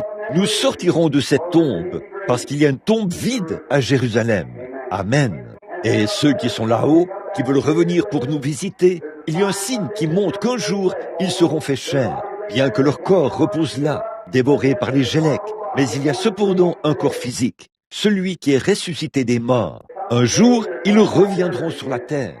Oh, comme je veux être avec eux. Amen. Job a dit, quand les vers de ma peau détruiraient ce corps, de ma chair, je verrai Dieu. Je le verrai, mes yeux le verront, et non ceux d'un autre. C'est vrai, il savait qu'il allait ressusciter, parce que Dieu avait promis cela. Et nous avons des signes ce soir. Une fois, un missionnaire sillonnait le pays, accompagné d'un incrédule qui lui servait de guide. Il a dit, vous tous, vous venez ici et vous parlez de quelque chose que vous ne pouvez pas voir. C'est complètement absurde. Il a dit, ça n'existe pas, ça. Pourquoi ne reprenez-vous pas vos sens, tous autant que vous êtes, et ne rentrez-vous pas chez vous? Ce missionnaire n'a rien dit. Cette nuit-là, ils ont monté leur camp. Le lendemain matin, quand ils se sont levés, le soleil perçait là-haut, au-delà de la colline dans le désert. Et cet homme qui était l'incrédule est sorti. Il a dit, oh, quelle matinée! Il a dit, dites donc, hier soir, il y avait des chacals par ici. Il a dit, comment savez-vous qu'il y avait des chacals? Il a dit, je vois les signes qui indiquent là où ils étaient. Il a dit, je ne vois pas de chacals. Il a dit, mais il y a des signes par ici. Je sais qu'ils étaient ici. Il a levé les yeux vers le soleil et a dit, Alléluia, Dieu vit toujours. Je vois les signes et il est toujours sur le trône. Amen. Et ce soir, lorsque Jésus vient ici pour sauver les pécheurs et pour apporter sa parole, accomplir ses signes et ses prodiges, nous poussons simplement vers Dieu des cris de louange. Notre Christ vit ce soir. Amen. Prions. Père Céleste, le grand moment stratégique est maintenant proche. Le temps est proche où j'ai rendu témoignage à ton sujet de tout mon cœur. J'ai essayé de tout mon cœur de corriger, puis d'exalter le royaume de Dieu et de faire tomber les jugements sur les gens Et ils se sont repentis, Seigneur. Beaucoup ont levé la main et ont confessé sincèrement qu'ils ont honte de leur vie de péché. Ô Dieu, je ne crois pas qu'il y en ait un seul qui ait levé la main que tu n'as pas pardonné. Et maintenant, pour leur montrer que tu es ici, ce n'est pas que tu sois obligé de le faire, mais puisses-tu apparaître ici d'une manière tellement visible ce soir qu'ils verront et qu'ils seront heureux d'avoir levé la main vers un Dieu qui vit. Et alors que nous vivons en ce temps à la fois glorieux et étrange, nous regardons les journaux, nous voyons que le grand Armageddon s'en vient, nous voyons les chars d'assaut, les bombes atomiques, nous voyons que la fin des jours des nations est proche, nous voyons que le monde est mûr, nous voyons le péché partout, c'est maintenant le temps est proche. Ô Dieu, nous sommes si heureux d'avoir un Dieu vivant, nous avons quelqu'un qui nous a fait la promesse, il est ici même avec nous, il se rend visible au milieu de nous, et nous te remercions pour cela. Veux-tu permettre à ton humble serviteur de te représenter ce soir devant ton peuple, par ton don prédestiné? Je prie, alors que je m'humilie devant toi, au nom de Jésus ton Fils. Amen. D'une manière ou d'une autre, je me sens tellement bien ce soir, de ce que la gloire de Dieu est ici. Je voulais tellement voir cela se manifester devant vous. Très bien. L'écart de prière d'hier soir, quelle lettre était-ce? R? Est-ce bien ça, R? Je crois que c'était R. Très bien. Je crois que nous en avons appelé les derniers numéros hier soir. Alors, appelons-en les premiers numéros ce soir. Très bien. Quelqu'un... Bon, si vous n'êtes pas ici, nous allons voir d'abord. Il se peut qu'il ne soit pas revenu ce soir. Quelqu'un a-t-il R numéro 1? Regardez votre carte de prière. Oui, c'est bon, alors. Très bien. Avancez par ici, madame. R numéro 2. Numéro 3. Numéro 4. Numéro 5. Numéro 6. Numéro 7. Numéro 8, 9, 10, 11, 12. Il y avait premièrement environ une douzaine de mains qui se sont levées ce soir. Parfois, je fais cela. J'appelle le nombre de personnes qui ont été sauvées ce soir-là. J'appelle ce même nombre de personnes sur l'estrade. J'essaye de faire cela, si je le peux, appeler autant de personnes que celles qui ont été sauvées, en demandant à Dieu de m'accorder la grâce. Vous dites, « Oh, j'observe cela. Je présente certaines choses à Dieu. Je dis, eh bien Seigneur, si tu sauves 50 personnes ce soir, j'en appellerai 50. Et donne-moi la force pour 50 personnes. Et si tu sauves tant de gens, eh bien, donne-moi la force pour tant de gens. Et eh bien, d'habitude, j'appelle ce nombre. Et j'estimais qu'il y avait une douzaine de mains qui se sont levées vers le Seigneur. Pour m'assurer de ne pas avoir dépassé, voyons un peu. Quel est le dernier numéro que j'ai appelé? 13, 14 et 15. Que R 12, 13, 14 et 15 s'avancent, et ça fera un nombre pair. Et j'ai peut-être vu quelqu'un à l'extérieur. Je veux être sûr que j'étais honnête avec le Seigneur. Maintenant, ne l'aimez-vous pas? N'est-il pas merveilleux? Maintenant, écoutez mes amis, pendant que les huissiers sont là, en bas. S'il vous plaît, les frères, si vous le voulez bien, descendez, mettez les gens en ligne pour qu'ils s'avancent selon leur numéro. Maintenant, pendant qu'ils le font, combien n'ont pas de carte de prière et veulent que Jésus les guérisse? Levez la main. Que Dieu vous bénisse. Que Dieu te bénisse, mon chéri. Que Dieu vous bénisse. Vous tous, partout, c'est bien. Eh bien, vous n'avez pas besoin d'avoir une carte de prière. Tout ce qu'il vous faut avoir, c'est la foi. Pas vrai? Vous devez avoir la foi. C'est tout. Dieu n'a jamais dit quiconque a une carte de prière. Il a dit quiconque a la foi. Quiconque croit. Pas vrai? La carte de prière n'a rien à y voir. La carte de prière, c'est simplement pour prier pour les malades. Maintenant, combien croient que les dons et les appels sont sans repentir?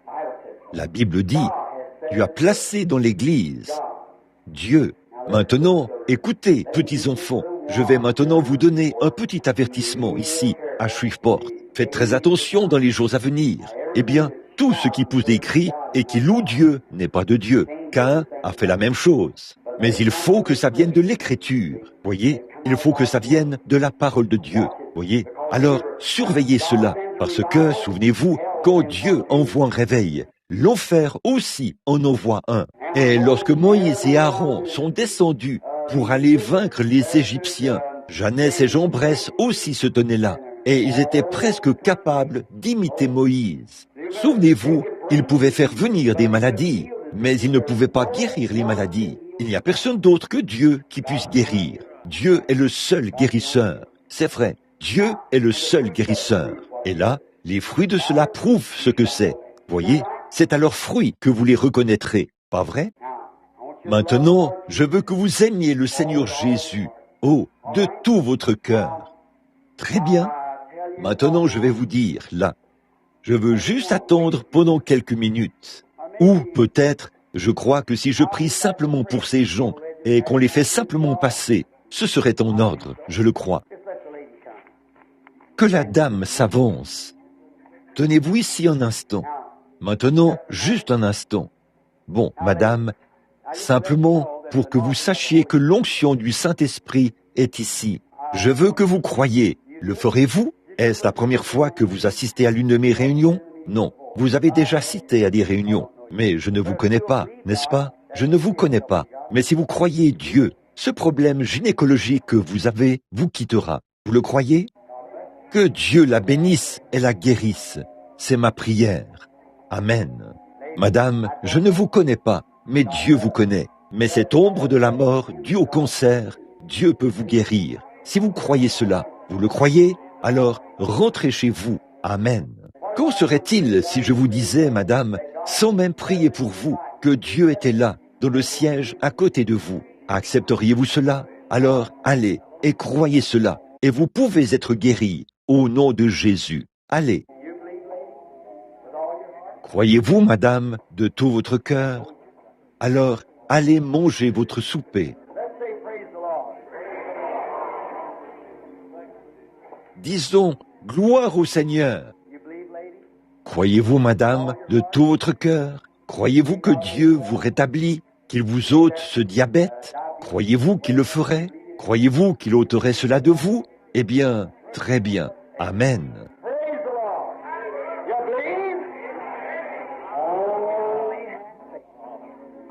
Gloire au Seigneur. Vous croyez tous? Ayez simplement la foi. La Bible dit, si tu peux croire, tout est possible.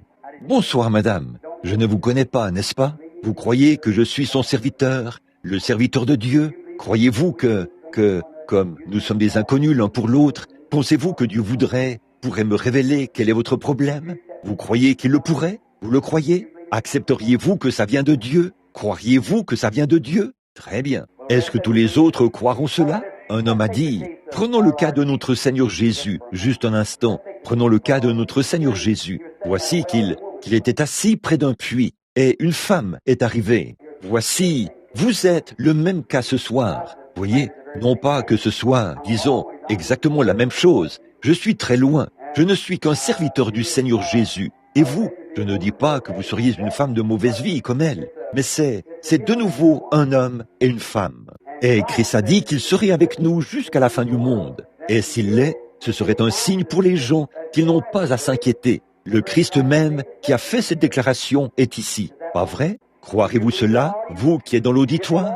Si le Seigneur me révèle quelque chose au sujet de cette femme-ci, disons peut-être au-delà de son problème, est-ce que vous l'accepteriez alors? Le croiriez-vous de tout votre cœur?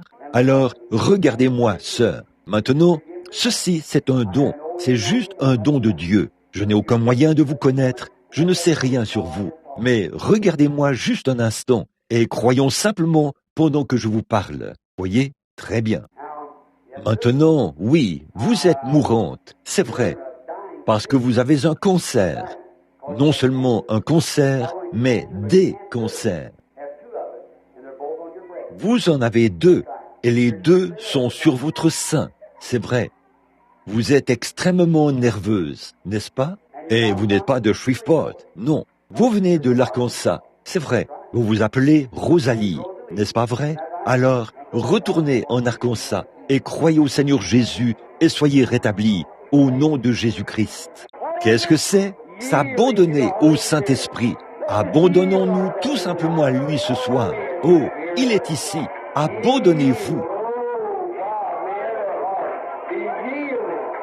Oh Dieu, Que chaque cœur s'abandonne à lui, Seigneur. Accorde-le, au nom de Christ. Amen. Eh bien, ce sont les visions qui affaiblissent, certainement. Les visions ne guérissent pas. Les visions ne font que confirmer Dieu, Amen, et sa bonté. Vous croyez que Dieu vous guérit de ce problème de vésicule biliaire? Vous, la dame qui est assise là? Vous croyez qu'il vous rétablira? Si vous le croyez de tout votre cœur, vous obtiendrez ce que vous avez demandé. Si vous croyez cela, Amen. Voyez, je doute que la dame... Avez-vous une carte de prière, madame? Pas de carte de prière? Avez-vous une carte de prière? Vous n'avez pas de carte de prière, n'est-ce pas? Oui, vous avez une carte de prière. Très bien. Eh bien, vous n'en aurez plus besoin maintenant. Très bien. Vous n'en aurez plus besoin maintenant. C'est votre foi qui l'a touché.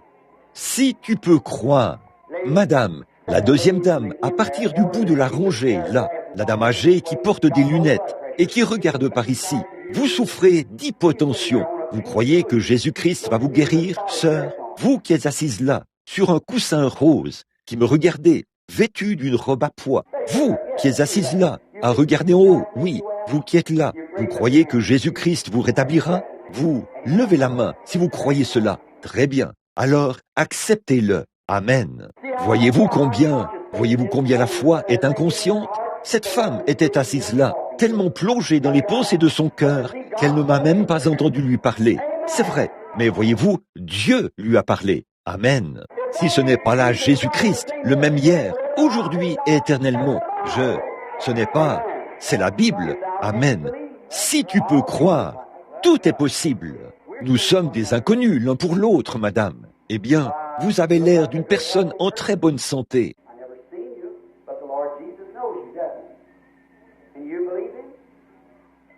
Je ne vous ai jamais vu, mais le Seigneur Jésus vous connaît, pas vrai? Croyez-vous en lui? Croyez-vous que je suis son serviteur? Oh, quelle foi qui agit dans cet auditoire! Alors, j'espère que vous pourrez continuer ainsi. Vous êtes extrêmement nerveuse, parce que vous souffrez d'un problème au côlon. C'est vrai, c'est une tumeur qui se trouve dans votre côlon. C'est vrai, n'est-ce pas vrai? Vous avez aussi des problèmes avec votre estomac. On appelle ça simplement des problèmes d'estomac. C'est vrai, n'est-ce pas? Je ne lis pas dans vos pensées, mais c'est ce que le médecin a dit, et c'est ce qu'il en est. Alors, croyez-vous que vous allez être guéri maintenant? Très bien. Alors, continuez votre chemin. Au nom de Jésus-Christ, que Dieu vous guérisse. Amen. Le croyez-vous? Ne doutez pas. Ayez la foi. Bonsoir. Sommes-nous des inconnus l'un pour l'autre? Nous le sommes.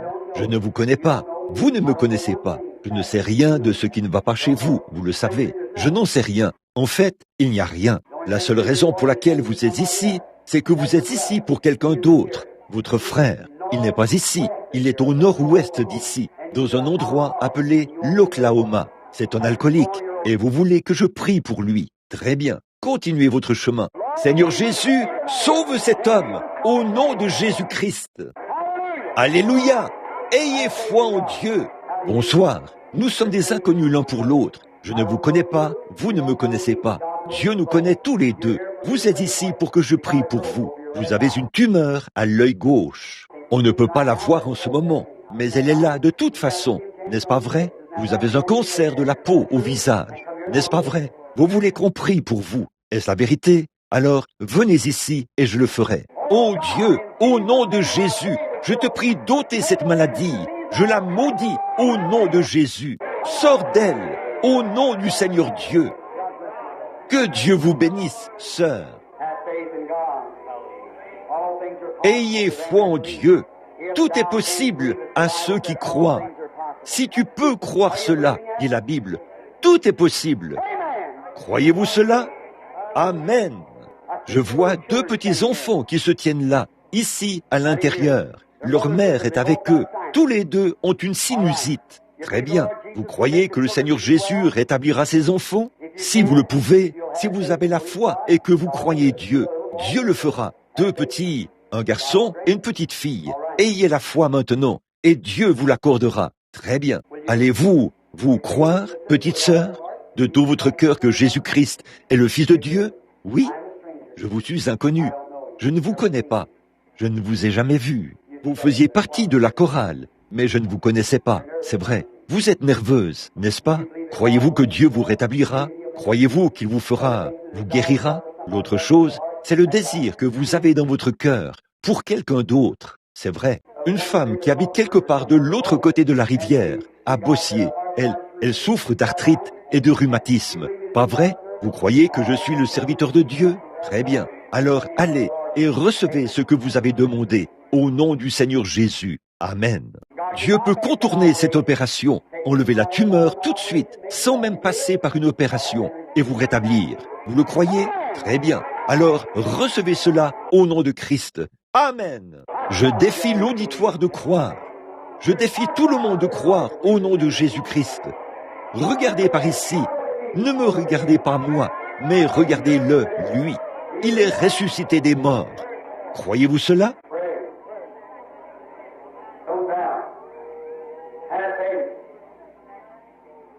Priez, ne doutez pas, ayez la foi. Amen. Vous croyez que votre hypertension va vous quitter? Vous qui avez la main levée, croyez-vous qu'il le fera? Oui. Vous croyez qu'il ôtera cela de vous? Vous croyez qu'il le fera? Très bien. Vous pouvez la voir. Pourquoi pleures-tu? Une petite fille mexicaine, je crois, hispanophone. Crois-tu que je suis le prophète de Dieu? Veux-tu te tenir debout ici pendant quelques minutes? Lève-toi un instant. Regarde-moi. J'ai toujours du succès auprès des Mexicains parce qu'ils croient. Regarde ici un instant. Il y a quelque chose autour de toi. Je vois une ombre noire qui essaie de te suivre. Tu pries, mais ce que tu désires, c'est pour quelqu'un d'autre. C'est ton ami qui souffre de nervosité. N'est-ce pas vrai, petite demoiselle? Si je te dis ce que tu as sur ton cœur, croiras-tu que je suis le prophète de Dieu? Tu veux être sauvé et recevoir le Saint-Esprit, n'est-ce pas? N'est-ce pas?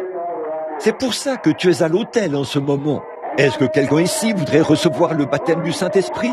Vous voulez être sauvé? Venez vous joindre à elle.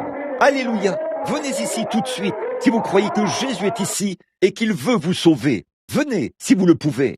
Venez, vous tous, chacun d'entre vous qui veut recevoir le baptême du Saint-Esprit. Nous allons encore prier pour les malades. Venez, tous ceux qui veulent être sauvés. Vous tous qui avez levé la main. Je crois que Dieu est sur le point de faire quelque chose de glorieux en ce moment même. Venez, chacun de vous, agenouillez-vous ici. C'est le moment de venir recevoir Christ. Venez, les baptistes, venez, les méthodistes, venez, les presbytériens. Je vous défie au nom de Christ. Venez et éprouvez Dieu. Venez, donnez une chance à Dieu. Voulez-vous le faire? Venez tout de suite, chacun de vous, tout le monde, vous tous qui avez levé les mains, venez. Voici un petit garçon infirme qui vient pour recevoir le Saint-Esprit. Oh, vous devriez avoir honte, vous les adultes, qui ne voulez pas venir recevoir Christ. Ce qu'il faut, c'est ceci. Voulez-vous venir? Voulez-vous venir? Courbez la tête, partout. Faisons un mot de prière. Je sens que le Saint-Esprit est en train de se mouvoir et que quelque chose de glorieux va se produire. Oh Christ, j'ai fait tout mon possible, Seigneur, pour interpeller l'auditoire. Je te les ai présentés et tu es venu. J'ai prêché la parole et je leur ai dit que tu es ressuscité des morts. Et nous voici maintenant, Seigneur, en tant que tes témoins. Et te voici en train de faire les mêmes choses que tu faisais quand tu étais ici sur terre. Et tu es ici ce soir sous la forme du Saint-Esprit. Tu réprimandes le péché. Tu appelles un réveil. Tu appelles ton peuple. L'heure de la délivrance. La flèche de délivrance de la part de l'Éternel. Ô Dieu, je te prie, au nom de Christ, d'envoyer des foules. Tous ceux qui ont besoin de toi, afin qu'ils viennent à cet autel ce soir et reçoivent Christ. Voulez-vous venir? C'est ça, madame. C'est ça. Avancez-vous là. Levez-vous. C'est le Saint-Esprit qui vous parle. Mon cœur ne ressentirait pas ceci si je ne dirais pas ceci si je ne le pensais pas. Vous vous attendez à ce que je me tienne ici et que je fasse des choses au nom du Seigneur et je serais un hypocrite? Voyons, je ne le ferai pour rien au monde. Je me sens conduit. Il y a des gens dans l'auditoire qui devraient s'avancer à cet autel. C'est vrai. Alors, vous savez qui vous êtes. Je vous défie. Venez à l'autel au nom de Christ.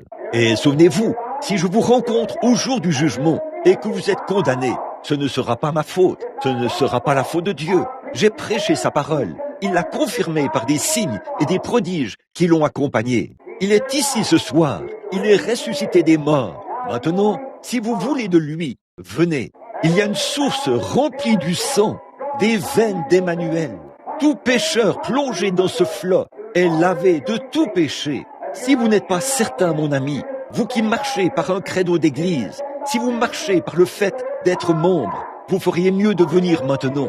Il se peut que je ne vous revoie plus jamais dans cette vie. Il se peut que votre heure s'achève avant que nous nous revoyions. Il se peut que vous n'assistiez plus jamais à une autre réunion de l'Évangile. Mais ce soir, c'est votre soir.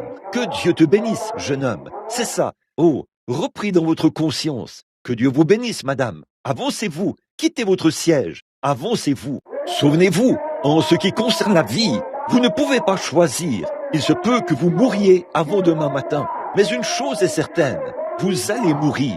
Chose certaine, chacun de vous devra rencontrer Dieu. Vous le rencontrerez au jugement. Et vous aurez à répondre par rapport au message de ce soir. Vous aurez tous à répondre, puisqu'il est apparu ici, sur cette estrade, ici même, à Shreveport, en Louisiane, par les signes infaillibles, dit la Bible, les signes infaillibles qui montrent que Jésus est ressuscité des morts. Je suis son témoin pour attester ceci. Il vous appelle à venir à l'autel. Jeunes et vieux, méthodistes, baptistes, pentecôtistes, luthériens, qui que vous soyez, venez à l'autel. Il y a une source remplie de sang, j'en suis témoin. Elle est là pour que les pécheurs y viennent. Voulez-vous venir? Venez. Vous tous, empruntez le sentier qui mène ici à l'autel. Arrêtez de regarder la télévision. Arrêtez de regarder les choses du monde. Regardez au calvaire ce soir. Voyez Christ. Regardez celui qui est mort pour vous. Regardez celui qui a expié la peine. Regardez celui qui pardonne vos péchés. Éloignez-vous des choses du monde. Que Dieu vous bénisse, madame. Avancez à l'autel pourrait déterminer ce qu'il en sera pour le reste de votre vie. Venez maintenant. Qui d'autre viendra? Venez, tout le monde, tout le monde.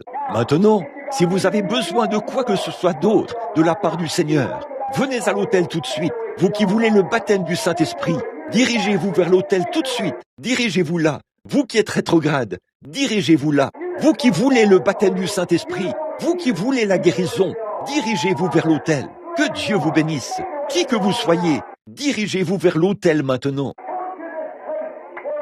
Venez à cet endroit où, en tant que prophète de Dieu, je dis au nom de Christ qu'il est ici, les bras ouverts, prêt à donner tout à chaque personne, ainsi qu'une flèche de délivrance totale.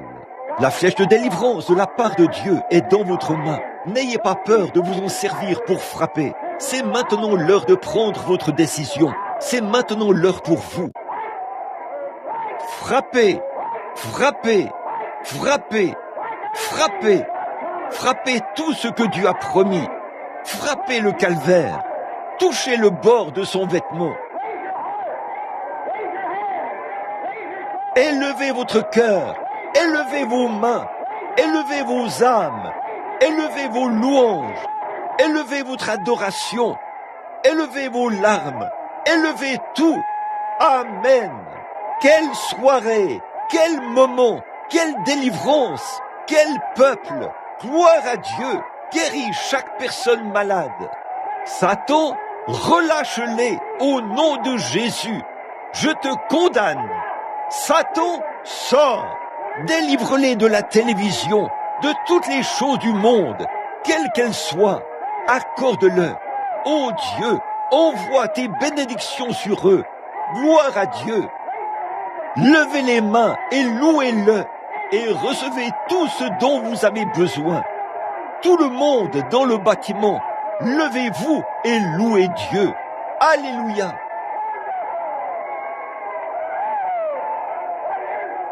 Merveilleux.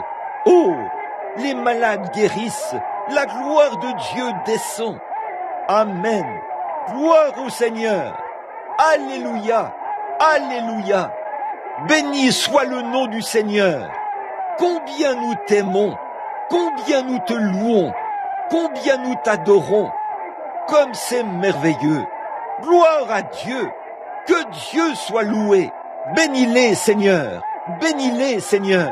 Bénis-les tous, Seigneur. Envoie le Saint-Esprit, le même hier. Guéris chaque cœur.